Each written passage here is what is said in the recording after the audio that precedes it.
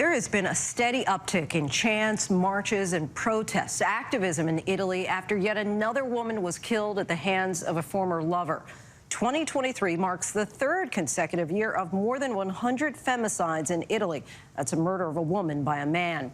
And this particular case has created a firestorm with reaction from the country's prime minister to the Pope himself, all pleading for the men in the country to change their ways as new laws are implemented to try to do just that. But will it be enough to save lives? Our Maggie Rulli takes us to Rome and tackles the issue that's ignited a movement.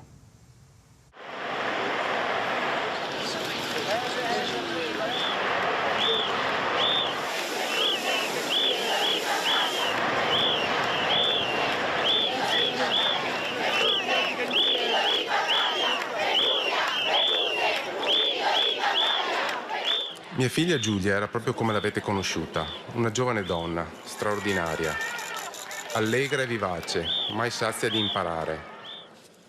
Come può accadere tutto questo? Come è potuto accadere a Giulia?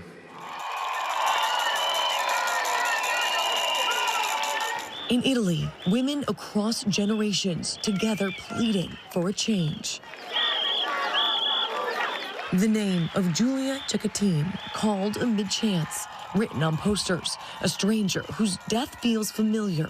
Giulia's killing at the hands of her ex-boyfriend, one more woman killed by a man she knew. 22-year-old Giulia was a biomedical engineering major at the University of Padua. Just days before she was set to graduate, she vanished. At first, she was thought to have run away with ex-boyfriend and classmate Filippo Turetta. At the beginning, the media was talking about two young sweethearts who, were on the run. Of course, the people who work on gender violence knew, unfortunately, that the ending was not going to be a happy one. CCTV emerged, showing a horrific attack. Turetta, also 22, beat Giulia and reportedly stabbed her more than 20 times. After a search that lasted days, her body was found at the bottom of a ditch near Lake Barchis, wrapped in black plastic bags. After a week-long manhunt, Turetta was arrested in Germany and extradited to Italy. Now at a prison in Verona, Turetta's attorney told ABC News that Turetta confessed to killing Giulia. He has not yet been formally charged, and the investigation is ongoing.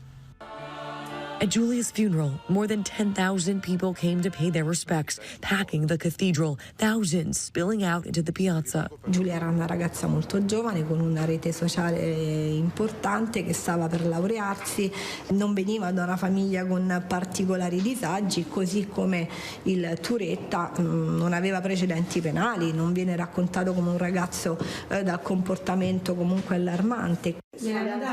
Ariana Gentili is in charge of an anti-violence hotline managed by the feminist NGO Differenza Donna. Ci raccontiamo che chi ha subito violenza deve appartenere per qualche caratteristica ad un mondo diverso dal nostro. E invece Giulia Cecchettin, così come l'autore del reato, sono due ragazzi comuni. Ci ha messo di fronte alla realtà e al fatto che la violenza invece accade a tutti. Nessun problema. Since Giulia's case was made public, they say incoming calls have doubled. Ma sono aumentate tantissimo le telefonate di ragazze che potrebbero essere coetanei di Giulia, che si riconoscono, ma di genitori, soprattutto madri.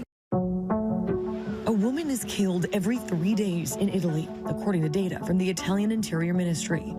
110 women have been murdered this year alone, more than half of them allegedly by a partner or ex-partner, according to the ministry.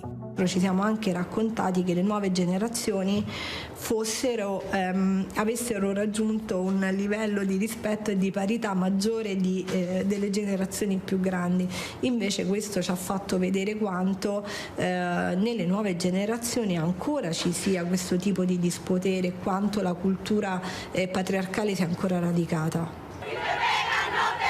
According to the UN, nearly 89,000 women were killed globally in 2022, the highest number recorded in the past 2 decades. Half of them at the hands of their partners or family members. And while homicides globally are decreasing, femicides are not. In many other developed countries, femicides are not even codified into law. The Italian law does not recognize femicide as a crime. Femicide is something that is used as a cultural way to frame the problem. It is not used in courts because the law calls them in another way. It calls them like killing of women by the hand of a man. But after Giulia's killing, the Italian parliament approved new legislation that would strengthen measures against gender violence. La vicenda di Giulia Cecchettin è uno di quei momenti, io spero, di svolta proprio culturale di un paese che ha aperto gli occhi all'improvviso. Sicuramente identificare meglio il femminicidio ci aiuterebbe nella valutazione, nella raccolta dei dati, una sistematica raccolta di tutti questi dati che ci permetterebbe poi di analizzare meglio anche il fenomeno, per poi mettere in campo delle politiche pubbliche di prevenzione.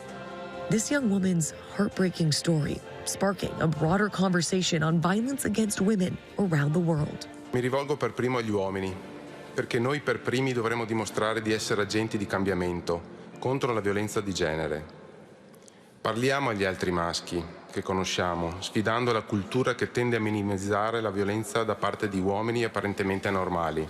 Dovremo essere attivamente coinvolti, sfidando la diffusione di responsabilità. Ascoltando le donne e non girando la testa di fronte ai segnali di violenza, anche i più lievi. The hope there that all the concern will spark change. Our thanks to Maggie.